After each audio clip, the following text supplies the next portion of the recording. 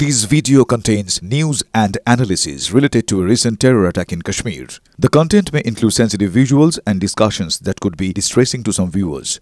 Viewer discretion is advised. We strongly condemn all forms of violence and terrorism. The purpose of the content is solely to inform and create awareness based on verified reports. Top quality और consistent performance के लिए सिर्फ silver pump नाम याद रखना। সন্ধ্যের পর থেকে যে এসকালেশন পাকিস্তানের তরফ থেকে দেখেছি, অর্থাৎ সমস্ত বড় শহরগুলো, তা শ্রীনগর হতে পারে, তা জম্মু হতে পারে, বা নিয়ন্ত্রণ রেখা বরাবর পুঞ্চ, রাজৌরি, সাম্বা, আখনুর, প্রত্যেকটা জায়গাতে আমরা অন্তত উপত্যকায় দেখেছি যে লাগাতার শুধুমাত্র ড্রোন হামলা হয়নি, তার পাশাপাশি ভারতের এয়ার ডিফেন্স সিস্টেমকে অ্যাক্টিভেট করতে হয়েছে, স্মল আর্ম ফায়ারিং হয়েছে একেবারে নিয়ন্ত্রণ রেখা বরাবর, এবং ভারতের অভ্যন্তরে শেলিং করেছে পাকিস্তান। অর্থাৎ সিজফায়ার ভায়োলেশনের থেকেও যে কথা বলা ভালো, যে যুদ্ধ পরিস্থিতি গত 4 দিন বা গত 5 দিন ধরে চলছিল 7 তারিখের পর থেকে, তা কিন্তু সম্পূর্ণভাবে প্রাথমিকভাবে অব্যাহত রাখার চেষ্টা করেছে পাকিস্তান।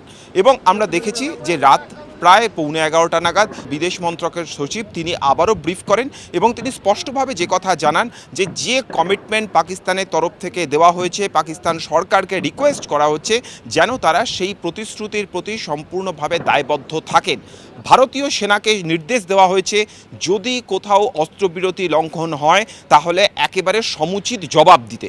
অর্থাৎ ভারত যে সম্পূর্ণভাবে তৈরি রয়েছে, যদি তারা মনে করে যে উস্কানিমূলক একের পর এক পদক্ষেপ নেবে আর ভারত শুধুমাত্র দায়বদ্ধতার কারণে এককভাবে চুপ করে থাকবে, সেই ওয়ান সাইডেড কমিটমেন্ট কোনোভাবেই কিন্তু ভারতের দিক থেকে থাকবে না। আমরা তার এই কড়া বার্তার পর আমরা দেখতে পাই, অন্তত জম্মু শহরে যে ছবিটা আমরা গতকাল রাতে দেখেছি, যে নতুন করে কিন্তু আর কোনো বিস্ফোরণের শব্দ, নতুন করে আর কোনো ড্রোন হামলা কিন্তু আপাতভাবে দেখা যায়নি। মোটামুটিভাবে সারা রাত উপত্যকা কিছুটা হলেও শান্ত ছিল, কিন্তু কয়েকটি বিচ্ছিন্ন খবর আমাদের কাছে এসেছে একেবারে যেটা নিয়ন্ত্রণ রেখা, সেই নিয়ন্ত্রণ রেখা বরাবর। তবে শুধুমাত্র উপত্যকা নয়, একেবারে শ্রীনগর থেকে শুরু করে একেবারে উড়ি থেকে শুরু করে এবং তার পাশাপাশি দ্রাস বাটালিক এরিয়াতেও এই ধরনের সিজফায়ার ভায়োলেশন হয়েছে। এর পাশাপাশি অর্থাৎ লাদাখ থেকে শুরু করে গুজরাট পর্যন্ত, কচ্ছ পর্যন্ত, তার মধ্যে রাজস্থান রয়েছে, জয়সলমীর রয়েছে, বার্মের রয়েছে, অপর দিক থেকে পাঞ্জাবে পাঠানকোটের মতো জায়গা রয়েছে, যে জায়গাগুলিতে লাগাতার সিজফায়ার ভায়োলেশন করেছে পাকিস্তান। এবং যে খবর আসছে আমাদের কাছে যে গতকালের আঘাতে একজন বিএসএফ জওয়ানের মৃত্যু পর্যন্ত হয়েছে, এবং ভারত প্রত্যেকটা জায়গাতে ভারত কড়া জবাব দিয়েছে। শুধুমাত্র এয়ার ডিফেন্স সিস্টেম, নিজেদের ডিফেন্স সিস্টেম শুধুমাত্র অ্যাক্টিভেট করা নয়, তার পাশাপাশি ভারত একেবারে পাকিস্তানের অভ্যন্তরে যে জায়গা থেকে তারা এই অস্ত্রবিরতি লঙ্ঘন করছিল, সেই জায়গাগুলিকে টার্গেট করে পাল্টা শেলিং করেছে, স্মল আর্ম ফায়ারিং করেছে, এবং প্রয়োজনে যে খবর আমাদের কাছে এসেছিল যে বায়ুসেনা সম্পূর্ণভাবে তৈরি ছিল, অথচ যে প্ল্যাটফর্মটা তৈরি করা হয়েছিল সেটা কিন্তু একটি দীর্ঘ প্ল্যাটফর্ম।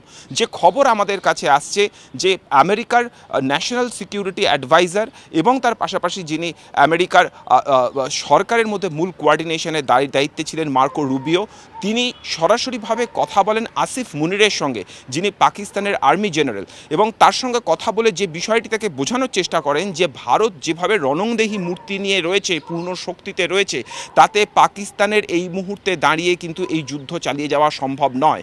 আর কোন দিন এই কথা বলা হয়? যার মাত্র কয়েক ঘন্টা আগে ইন্টারন্যাশনাল মনিটারি ফান্ড পাকিস্তানকে তাদের যে দয়ার জন্য যে তারা যে আবেদন করেছিল, অর্থাৎ তাদের যে আর্থিক সহযোগিতার জন্য আবেদন করেছিল, সেই আবেদনে কিছুটা হলেও রেসপন্ড করে ভারতের অভিযোগ সত্ত্বেও তাদেরকে ফান্ড গ্রান্ট করা হয়েছে।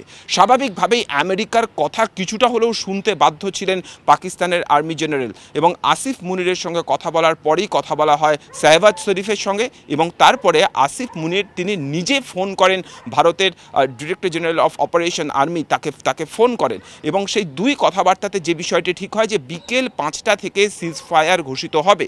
কিন্তু তারপরে আমরা দেখতে পাই যে রাত 8:30টার পরে সম্পূর্ণ প্রত্যাশিতভাবেই পোল পাল্টে ফেলে পাকিস্তান, এবং এই জম্মুর আকাশে আমরা লাগাতার ড্রোন হামলা দেখেছি।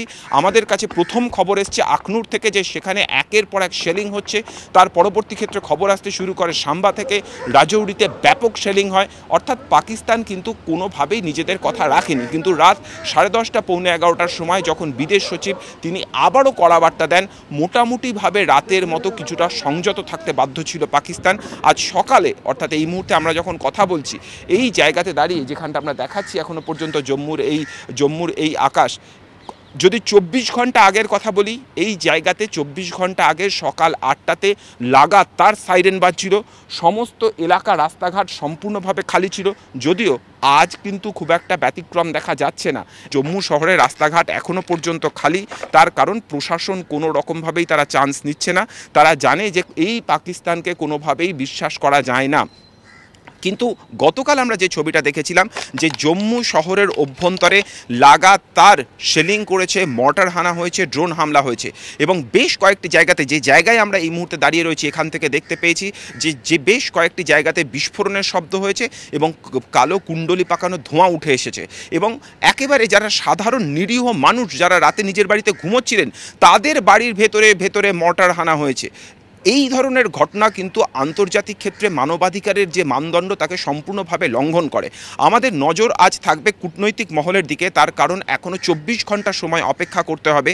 24 ঘন্টা পরে দুই দেশের মিলিটারি অপারেশনের ডিজি তারা বৈঠকে বসবেন, 12ই মে বৈঠকে বসার কথা। ফলত তার আগের এই 24 ঘন্টার সময় আদৌ এই অস্ত্রবিরতি যে ঘোষণা করা হয়েছে তা বজায় থাকবে কি থাকবে না সম্পূর্ণভাবে নির্ভর করবে এই 24 ঘন্টার আচরণের ওপর। আর গতকাল রাতে পাকিস্তান যে আচরণ করেছে সেই আচরণের প্রেক্ষিতে আবারও আন্তর্জাতিক মঞ্চে আবারও ভারত কোনো অভিযোগ জানায় কিনা, কথা বলে কিনা, বিশেষত মার্কো রুবিওর সঙ্গে আবারও এস জয়শঙ্কর বা national security advisor Ajit Doval তারা কথা বলেন কিনা, আমাদের নজর কিন্তু আজ সারাদিন সেই ডিপ্লোম্যাটিক ডেভেলপমেন্টের দিকেই থাকবে।